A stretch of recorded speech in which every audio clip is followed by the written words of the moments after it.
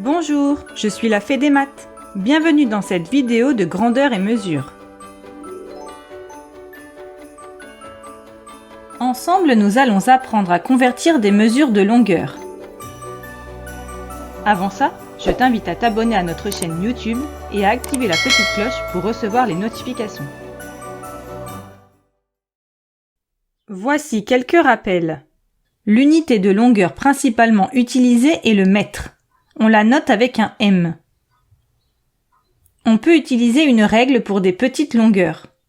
Un mètre de chantier pour des longueurs supérieures à 1 mètre. Ou bien un compteur kilométrique de voiture pour mesurer les longueurs importantes.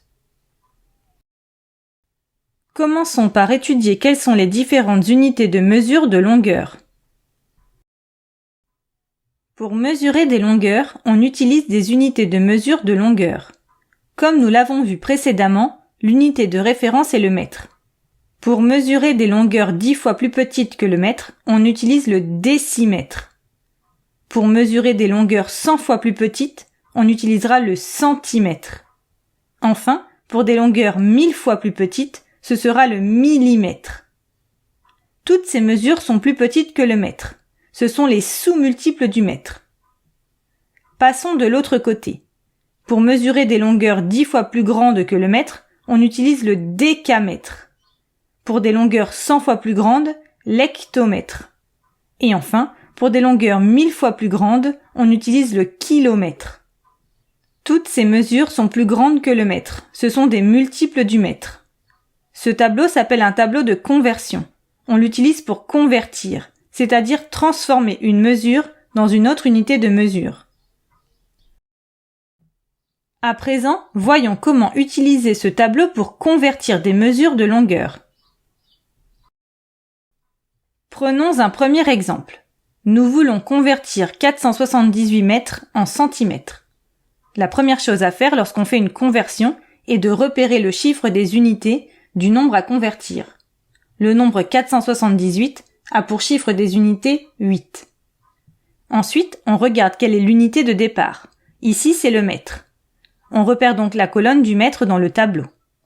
On place alors le chiffre 8 dans la colonne des mètres. Puis, on écrit les autres chiffres, le 7 et le 4, en écrivant un seul chiffre par colonne.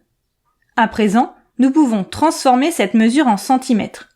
Le chiffre des unités était 8, et il se trouvait dans la colonne des mètres. Puisque nous convertissons en centimètres, le chiffre des unités va devoir se trouver dans la colonne des centimètres. Pour cela, il faut ajouter des zéros. Le 0 est le seul chiffre qui peut être ajouté ou supprimé dans un tableau de conversion. 478 mètres, c'est égal à 47 800 centimètres. Passons à un deuxième exemple. Nous voulons cette fois-ci convertir 478 mètres en kilomètres. C'est toujours la même méthode qu'il faut appliquer. On repère le chiffre des unités. Et on le place dans la colonne de l'unité de départ, le mètre. Passons à la conversion. Le chiffre des unités doit maintenant se retrouver dans la colonne des kilomètres. Pour cela, il faut placer un 0 dans la colonne des kilomètres, ainsi qu'une virgule, pour que le chiffre des unités devienne celui qui se trouve dans la colonne des kilomètres. 478 mètres, c'est égal à 0,478 kilomètres. Prenons un troisième et dernier exemple avec un nombre décimal. Nous voulons convertir 4,789 mètres en centimètres. On utilise la même méthode. On repère d'abord le chiffre des unités du nombre à convertir. Dans 4,789, le chiffre des unités est 4. On le place dans le tableau, dans l'unité de départ, ici le mètre. Ensuite, on place les autres chiffres. On veut obtenir des centimètres. Il faut donc que le chiffre des unités devienne celui qui va se trouver dans la colonne des centimètres.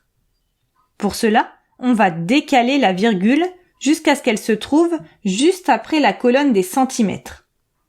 4,789 mètres est égal à 478,9 centimètres. Pour terminer, nous allons voir quelles sont les principales conversions à connaître. 1 kilomètre est égal à 1000 mètres. 1 mètre est égal à 100 centimètres est égal à 1000 millimètres. 1 centimètre est égal à 10 millimètres. Et voilà, tu sais à présent convertir des mesures de longueur. Pour t'entraîner davantage ou approfondir la notion, rendez-vous sur le site passeeducation.fr. Tu y trouveras des fiches d'exercices, des évaluations, la leçon et bien plus encore. À bientôt!